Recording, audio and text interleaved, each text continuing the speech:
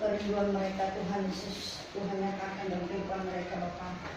Bapa, sebentar kami akan mendengar-dengaran akan firman Tuhan. Biarlah Tuhan pakai hamba-Mu Tuhan untuk menyampaikan firman Tuhan, dan Tuhan tahu apa kebutuhan kami, kebutuhan anak-anak-Mu di tempat ini Tuhan Yesus. Biarlah Tuhan boleh kami menikmati firman-Mu pada malam hari ini Tuhan Yesus. Biarlah senantiasa Roh Kudus mengambil acara di tempat ini Tuhan. Biarlah setiap hati dan pikiran boleh dikuasai Roh Kudus, sehingga mata rohani kami boleh tertujukan hanya kepada firman Tuhan. Kami mohon ampun atas segala kelemahan dan dosa kami, agar layak kami bersekutu dengan firman Tuhan. Terpujilah Engkau Bapa, dalam nama Yesus Kristus kami telah berdoa dan mengucap syukur. Amin. Shalom. Firman Tuhan pada malam hari ini kita buka di dalam Yohanes 14 ayat 14. Satu ayat saya. Yohanes 14 ayat 14. Sudah semua. Mari kita sama-sama membaca firman Tuhan. Yohanes 14 ayat 14, 1, 2, 3. Jika kamu minta sesuatu kepadaku dalam namaku, aku akan melakukannya. Ini ayat yang paling disenangi sebagai kita orang Kristen. Dikatakan tadi ayat 14, jika kamu meminta sesuatu kepadaku dalam namaku, aku akan melakukannya. Apa saja kita minta, Tuhan akan melakukannya. Saya kasih contoh dulu ya.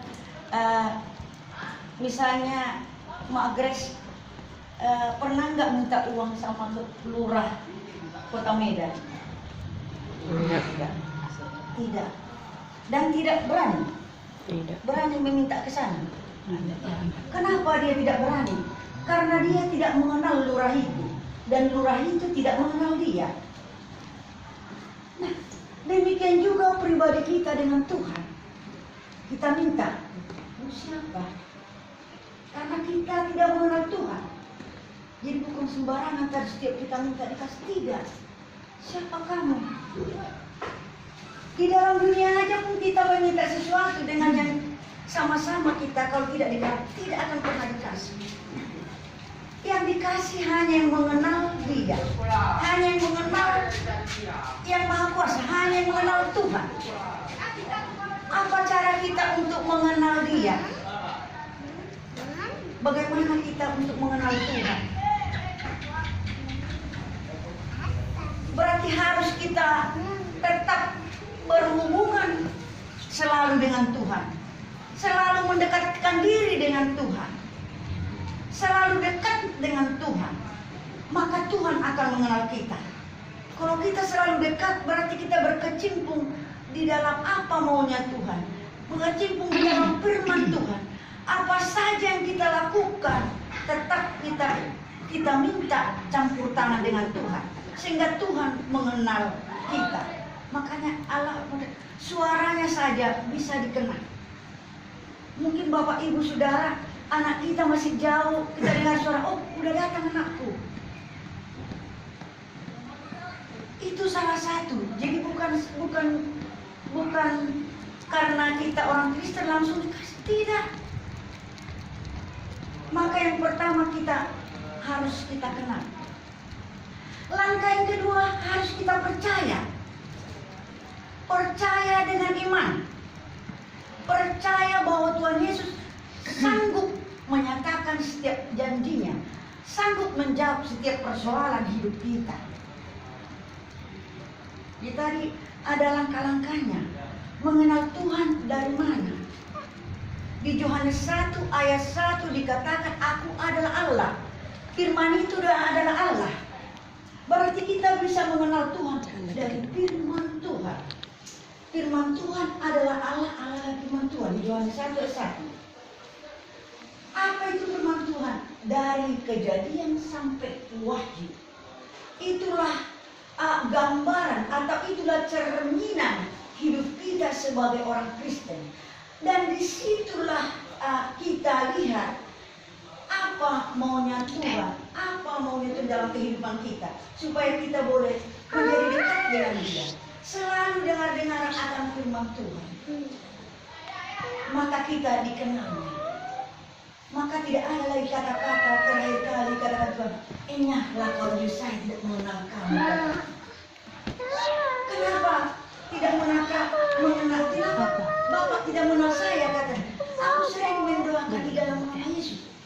Bahkan dia, coba kita bayangkan, bahkan pendeta sekali sudah sering mendoakan orang sakit, dan tidak.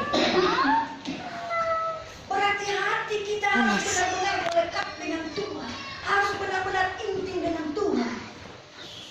Bukan hanya sekedar mengerti, bukan hanya sekedar tahu firman Tuhan. Itu yang diharuskan di sini, supaya boleh kita. Itu yang pertama kali, mengenal firman Tuhan, mengenal Tuhan. Yang kedua tadi, percaya kepada Tuhan. Dan yang ketiga di sini, harus melakukan kehendak Tuhan. Maka setelah kita percaya kepada Bapa kita, setelah kita mengenal Bapa kita, dikenalnya kita, percaya kepada Bapa kita, melakukan firman Tuhan setiap hari, maka kita sudah intim. Sudah ada persahabatan kita antara Tuhan tanpa batas. Apa saja masalahnya, Tuhan saya butuh ini. Tapi tetap dalam kehendak pula yang jadi. Karena apa? Kalau kehendak Tuhan tidak membuat menjadi kemuliaan Tuhan. Diberkatilah orang yang mengandalkan Tuhan, tapi terkutuklah orang yang mengandalkan pikiran.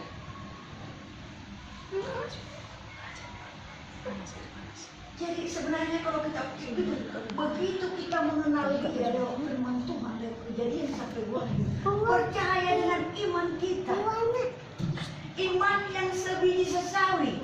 Kenapa dikatakan iman sebiji sesawi? Kenapa bukan iman sebesar gunung? Karena biji sesawi tidak bisa dipecahkan. Sudah tetap, mau dilibat pun itu, mau dihembus pun itu, mau dibelah dua, tidak akan bisa terbelah dua.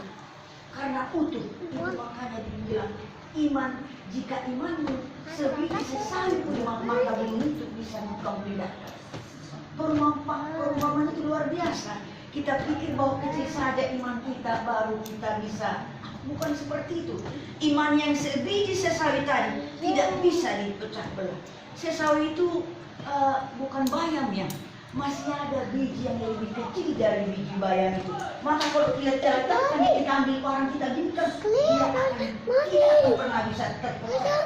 Artinya imannya utuh. Apapun masalah yang dihadapi, mau dihempas angin, mau dipukul, mau disiram dia, itu tadi biji sesawi tadi tetap utuh. Itulah iman biji sesawi. Itu tadi tingkatan yang kedua. Maka yang ketiga, melakukan kehendak Tuhan. Memang berat sekali mengikut Tuhan, tapi percaya karena ada penolong yang sejati. Mungkin beberapa hari lagi kita akan merayakan kebangkitan Tuhan Yesus. Tapi sebelum bangkit Tuhan Yesus, ada penolong. Ada penolong, yaitu Roh Kudus. Itulah yang memimpin kita, membimbing kita, untuk memampukan kita boleh mengenal Tuhan. Kalau kita baca firman Tuhan, sering mungkin pengalaman kita baca firman Tuhan, mau kita baca firman Tuhan, pikiran kita melayang-layang. Kenapa begitu? Itu tidak ada Roh Kudus di dalam hati. Tapi kalau kita undang dengan kerendahan hati, mengundang kuasa Roh Kudus yang menguasai hati dan pikiran kita, maka begitu kita baca firman Tuhan, oh begini artinya, oh begini artinya, oh iya seperti itu. Jadi itulah yang menjadi penolong kita, memimpin kita, mengingatkan kita jika kita salah melangkah atau tidak keluar dari rel firman Tuhan, keluar dari kebenaran firman Tuhan. Kenapa? Kita pun begitu salah. Saya rasa kita salah. Karena kita juga sering kita salah. Ya ampun Tuhan, aku salah. Jangan gengsi minta maaf kalau sama anak kita pun kita salah. Jangan mentang-mentang kita orang tua suka kita jangan. Kita pun maaf ya, mama salah, bapak salah ya, maaf ya, sama istri juga maaf ya, maaf, saya salah seperti ini. Ya kalau memang kalau Roh Kudus bekerja waktu kita saling memaafkan, maka bisa sampai keluar air mata. Itu kalau kerja. Jadi di ayat 14 tadi dikatakan, ulang sekali lagi ayat 14. Dibaca lagi sekali lagi, Mak Grace, apa dari kata? Dari 14. Oke, saya baca. Jika kamu meminta sesuatu kepadaku dalam namaku, aku akan melakukannya. Ulang sekali lagi, ada 3 syarat. Yang pertama kita mengenal Tuhan, yang kedua percaya, dan yang ketiga melakukan kehendaknya. Selalu, bukan sesaat tapi selalu. Maka apa saja yang kita minta, maka Tuhan akan menyatakan di dalam kehidupannya sesuai dengan kehendaknya. Karena kita pun sudah tetap di mereka, apa yang kita minta, kita tidak pernah ngotot itu ya. Karena apa? Karena kita sudah diajari tetap rendah hati. Bukti rendah hati kita, apa saja yang diberikan kita Tuhan kepada kita mampu bersyukur. Dan pasti kalau itu kehendak Tuhan, Tuhan akan mempercayakan sesuatu kepada kita, sesuatu yang kita minta. Itu untuk kemuliaan-Nya, itu untuk kemuliaan hormat bagi nama Tuhan. Dipercayakan mungkin mobil sama bapaknya, itu dipercayakan untuk kemuliaan hormat bagi nama Tuhan. Kepada kita semua, apa saja dipercayakan itu menjadi kemuliaan hormat bagi nama Tuhan. Amin, Bapak Ibu. Amin. Jadi kita jangan pernah harus benar-benar kita estengkasi. Memang kita saling, kita pun lemah. Mungkin saya malam hari hanya menyampaikan, tapi kita percaya bahwa kita semuanya harus saling mengingatkan. Mungkin pada saat saya lemah, Eda mengingatkan, pada saat yang lain mau saling menguatkan. Saya percaya pada malam harus benar-benar nyata di dalam kehidupan kita bahwa hanya dekat Tuhan kita bisa senang, bahwa hanya dekat Tuhan Yesus kita bisa senang. Di luar dari kita diperbudak iblis, maka tidak pernah ada ketenangan. Kenapa? Barangkali sudah ada dipercayakan sama kita atau anak-anak kita semuanya, kita nggak puas, maunya seperti ini, maunya seperti itu. Tapi kalau kita selalu dekat dengan Dia, kita boleh senang karena roh kita sudah dimerdekakan.